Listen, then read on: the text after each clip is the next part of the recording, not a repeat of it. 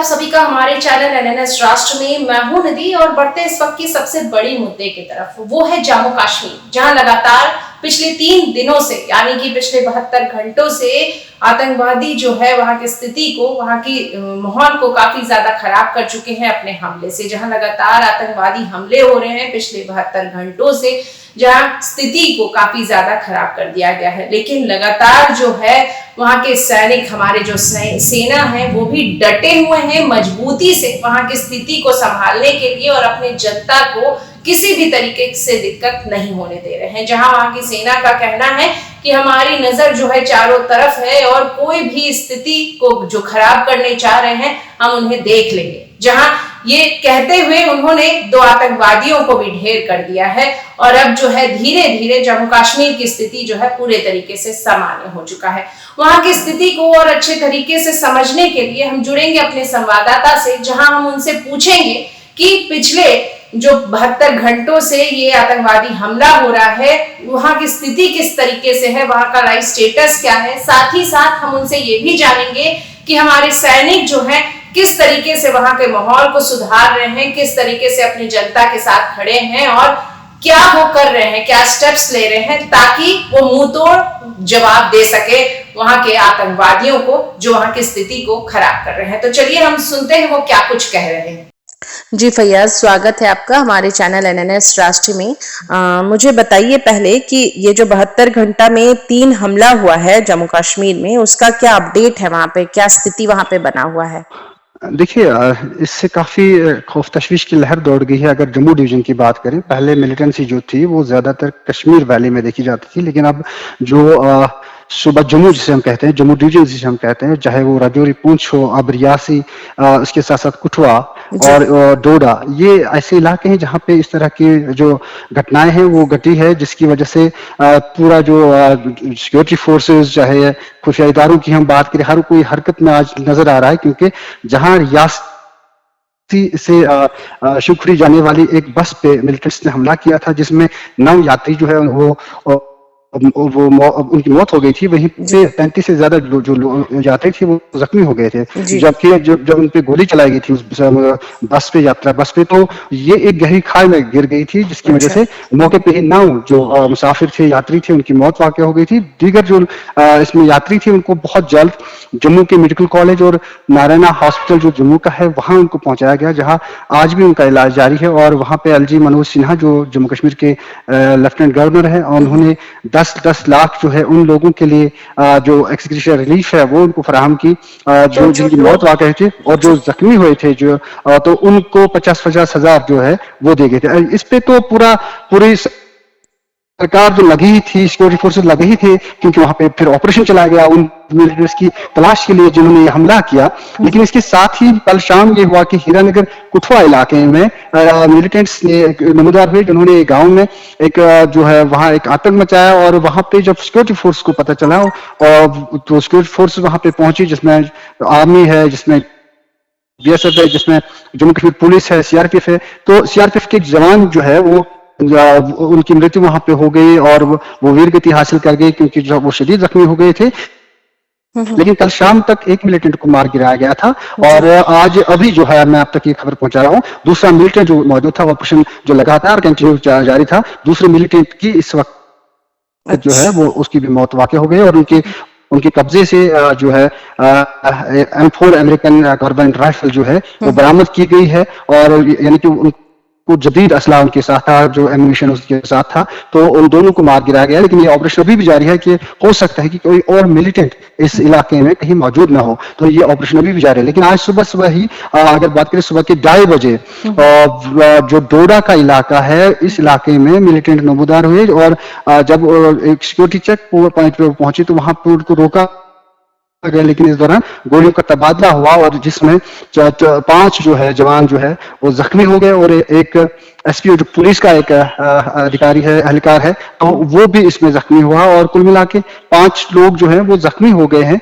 जिनको फौरन जो है ट्रीटमेंट के लिए हॉस्पिटल पहुंचाया गया। लेकिन अगर बात की जाए तो यहाँ पे भी चाहे फौज हो, जम्मू कश्मीर पुलिस और सीआरपीएफ मौके पे पहुंची है, और इन मिलिटेंट्स की तलाश जो है वो अभी भी जारी है। कुल मिला के तीनों जगहों पे ये ऑपरेशन हम कह सकते हैं कि अभी भी जारी है।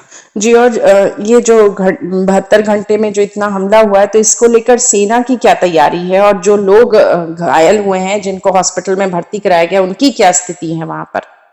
देखिए, जैसे जो हीरानगर में जो सीआरपीएफ जवान जख्मी हुआ था वो वीरगति हासिल गई क्योंकि वो शदीद जख्मी हो गए थे। इसी तरह जो दीगर अगर हम रियासी जो यात्रियों की बस थी उसमें जो जख्मी हो गए थे तो वो उनका ट्रीटमेंट बड़े पैमाने पे जारी है और उनको बचाने की भरपूर कोशिश की जा रही है। और एलजी मनोज सिन्हा ने ये हिदायत जारी की है कि उन जो है उनको हॉस्पिटल में इलाज बहुत अच्छी तरह से पहुंचाया जाए और किसी तरह की उनको कोई किसी तरह का नुकसान नहीं पहुंचना चाहिए उनकी जिंदगी को, तो उनको बचाने की भरपूर कोशिशें की जा रही है। इसी तरह अगर हम जो जख्मी यहाँ पे आज डोडा में हुए थे तो इनका इलाज भी अभी जारी है, लेकिन ऑपरेशन जो है सिक्योरिटी फोर्सेस का वो तीनों मुकामात पे जो अभी भी जारी है। तो अभी की वहां की स्थिति मीन्स इस तरह है कि वहां लोग सुरक्षित हैं अभी, है ना? ये मैं बिल्कुल, देखिए जब पहले कोई हमला कहीं पे होता है तो तब कोई भी नुकसान पहुंच सकता है, लेकिन जब सिक्योरिटी फोर्सेस मौके पे पहुंचती है, जहां जो चाहे फौज हो, सीआरपीएफ हो, जम्मू कश्मीर पुलिस हो, जब सेना पहुंचती है तो जाहिर सी बात है फिर पहले आम लोग जो है, जो निहत्थे लोग होते हैं, उनको बचाने की पहले कोशिश की जाती है और मिलिटेंट्स या जो हमलावर होते हैं उनको उस एरिया में ही धकेला जाता है जहां पे कम से कम जो है जो आम शहरी है उनको नुकसान पहुंचे। और यही वजह है कि आम लोग जो है वो सुरक्षित हैं, लेकिन उनको ये कहा गया है कि कोई इस तरह जो है मूवमेंट ना करे जब तक ऑपरेशन मुकम्मल ना हो। जी, धन्यवाद। ठीक इसी तरह के अपडेट के साथ आप हमारे साथ बने रहिएगा। तब तक के लिए मैं और अलग खबरें पे बनी रहती हूँ। धन्यवाद जी। तो चलिए, हमने सुना कि हमारे संवाददाता जिन्होंने बताया कि किस तरह वहां की स्थिति जो है लगभग ठीक हो चुकी है और जितने भी आतंकवादी हैं, जो भी आतंकवादी हमले कर रहे हैं, वो जो कुछ भी कर ले, लेकिन हमारे सैनिक जो हैं वो भी अच्छे तरीके से, अच्छे ढंग से डटे हुए हैं। जहां उन्होंने ये भी बताया कि जंगल से लेकर हर जगह तक जो है सैनिक हमारे सेना की नजर है और स्थिति जो है वो लगभग पूरे तरीके से ठीक हो चुका है। तो अब इस स्थिति को और अच्छे ढंग से समझने के लिए हम जुड़ेंगे कर्नल प्रभात पंडा से, जहां हम उनसे जानेंगे कि क्या ये जो जम्मू कश्मीर में आतंकवादियों का हमला हुआ है ये सोचा समझा षड्यंत्र है या फिर ये क्या है। इसे हम समझेंगे ये इसीलिए क्योंकि जब से नरेंद्र मोदी अपने पद का जब से वो शपथ ग्रहण किए हैं तब से लेकर अब तक लगातार माहौल खराब करने की कोशिश की जा रही है। साथ ही हम कर्नल से ये भी बात करेंगे कि हमारे सैनिक की क्या रणनीति है इस पूरे स्थिति को संभालने के लिए। जी नमस्कार सर। तो चलिए अब जी मुझे अब बताइए कि क्या है मीन्स ये जब से 72 घंटा का ये जो 72 घंटा में जम्मू कश्मीर में 3 हमले हुए हैं और जब से नरेंद्र मोदी जो है अपने पद के लिए ये लिए हैं, शपथ ग्रहण किए हैं, तब से ऐसा सिलसिलावार हमला चल रहा है। तो ये क्या हम समझेंगे कि ये पाकिस्तान का बौखलाहट है या फिर इसे किस नजरिए से हम देखेंगे?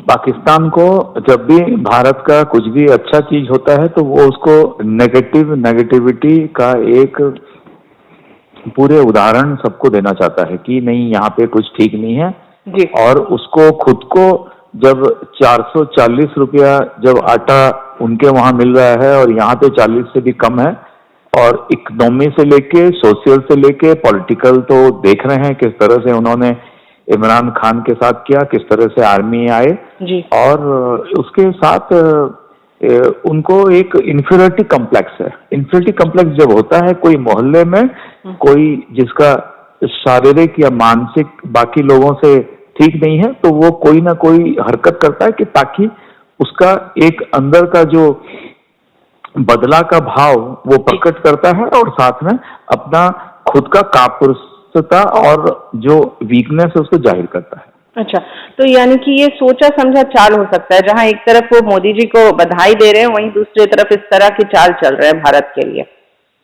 हाँ, वो चाल चल रहे हैं और इसमें आप नहीं पूछेंगे भी तो मैं एक चीज बता सकता हूं कि जब हमारे यहाँ के कुछ नेता उनको बताते हैं कि भारत की प्रगति से उन्हें दुख हुआ है तो वो जो दुखी आत्मा नेता हैं अच्छा। वो भी उनको एक तरह से बताते हैं कि भारत का जो भी हो रहा है ठीक नहीं हो रहा है और वो इवन जाके एशिया से बाहर, यूरोप में, अमेरिका में भी उसको फैलाते हैं। तो वो नैरेटिव भारत के कोई राष्ट्र विरोधी नेता का ये समर्थन करते हैं। ओके, अब मैं ये भी आपसे जानना चाहूंगी कि इतना बड़ा जो हमला हुआ है तो सेना का क्या रणनीति होगा, मीन्स आगे की स्थिति को संभालने के लिए, या फिर अभी का भी जो स्थिति वहां पे लगा हुआ है जहां घायलों को हॉस्पिटल में भर्ती करवाया गया है, आगे की स्थिति को किस तरह संभालेंगे, सेना की क्या रणनीति हो सकती है इसे लेकर? देखिए, जब सेना एक सामने सामने वॉर होता है तो उसे ओपन चैलेंज होता है। जब छिप के कोई वॉर करता है तो उसे प्रॉक्सी वॉर कहते हैं। प्रॉक्सी वॉर जब करते हैं तो प्रॉक्सी वॉर में कोई समय नहीं होता, लेकिन जब हो जाता है तो सेना में खुद में रह के, और मैं काउंटर इंसर्जेंसी ऑपरेशंस में सेना पदक, वीर चक्र का जो बात, सेना मेडल वीरता है, वो गैलेंट्री वो मैं पाया हूँ ऑनरेबल राष्ट्रपति जी से उत्तर पूर्वी राज्यों में इसी प्रकार का चीज को दमन करने के लिए।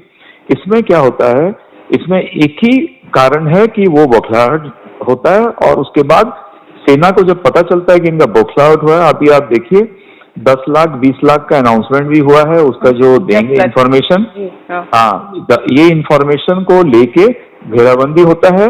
उसके बाद एक होता है रेड, एक होता है एम्बुश, दूसरा होता है उस एरिया को पूरा घेर लेना। घेर के सारा इंफॉर्मेशन को ले जाके स्केचेस फिर निकाले हैं, आपने देखे होंगे। फोटो अगर नहीं मिला तो वो गांव से, कि जहां से रिमोट एरिया है, वो लेके उसके ऊपर पूरा प्रहार जारी रखते हैं और तकरीबन हो जाता है। जैसे अर्बन एरिया में आपने देखा होगा, पुलिस बॉम्बे में या सिटीज में जैसे फट से पकड़ लेते हैं जो भी कोई बच्चे को किडनैप किया या बलात्कार किया, उसी प्रकार सेना भी इसमें माहिर है और इसको पकड़ के इसको दमन किया जाता है। तो यानी कि वहाँ के अभी जो लोकलाइट्स है उन्हें अब किसी तरीके का डर नहीं है, क्योंकि सेना जो है फुल टाइट वे में ले रही है इस पूरे स्थिति को। हाँ, पूरे पब्लिक जो है वो हॉस्टाइल नहीं है सेना के प्रति। आपने इलेक्शन का पैटर्न भी देख लिया, अब वो हॉस्टाइल हैं उग्रवादी के प्रति, और जो उग्रवादी हैं वो घर के नहीं है, पाकिस्तान के उस पार से। पाकिस्तान का जो वो वेपन जो उन्होंने यूज किया है वो सिर्फ पाकिस्तान के कमांडो के पास होता है, वो वेपन इस्तेमाल हुआ है, और हमारे घर के अंदर का या किसी का बौखलाहट में आके ऐसा नहीं है। ये डायरेक्ट पाकिस्तान आर्मी ने ये अपना बदली किया है रूप, और भारत के ऊपर हमला किया है, हमारे शांति को और हमारे जो इतना बड़ा नाज हुआ है उसको खराब करने के लिए। देशद्रोही जो नेता उसको सपोर्ट करते हैं, उनको सपोर्ट के लिए किया है। वो अपना अगर मुंह बंद करें तो इसको ऐसा साहस होने का मन नहीं होगा, नहीं कर सकते हैं। जी धन्यवाद सर। तो अभी हमारा बात हुआ कर्नल प्रभात पंडा जी से, जहां उन्होंने हमें जम्मू कश्मीर की सारी स्थिति के बारे में बताया, जहां और भी कुछ उन्होंने काफी कुछ ऐड किया है, और आगे की अपडेट के लिए भी हम सर से फिर वार्तालाप करेंगे। तो चलिए, हमने सुना किस तरह कर्नल जो है प्रभात जो है वो हमें समझाए कि किस तरह वहां के ये जो सोचा समझा चाल है। साथ ही साथ उन्होंने ये भी बताया कि कुछ पार्टी हैं जो लगातार आतंकवादी से मिले हुए हैं और इस तरह की स्थिति को उत्पन्न कर रहे हैं, भारत का स्थिति को खराब करने में लगे हुए हैं। लेकिन हमारे सैनिक जो है वो भी कहीं से पीछे नहीं है, वो भी डटे हुए हैं इस स्थिति को संभालने के लिए। इसलिए कोई भी डर का माहौल पैदा करने का अगर कोशिश कर रहा है, हमारी जनता को डराने का कोशिश कर रहा है, तो ऐसा बिल्कुल भी संभव नहीं है। थोड़े देर के लिए ये खराब हो सकता है, लेकिन हमारे सेना को जैसे ही पता चलता है स्थिति के बारे में, वो सब कुछ अपने हाथ में लेकर उसे सुधार लेते हैं। ठीक इसी तरह हर अपडेट के साथ बने रहने के लिए, हर बड़ी खबरों के साथ बने रहने के लिए देखते रहिए NNS राष्ट्रीय। नमस्कार।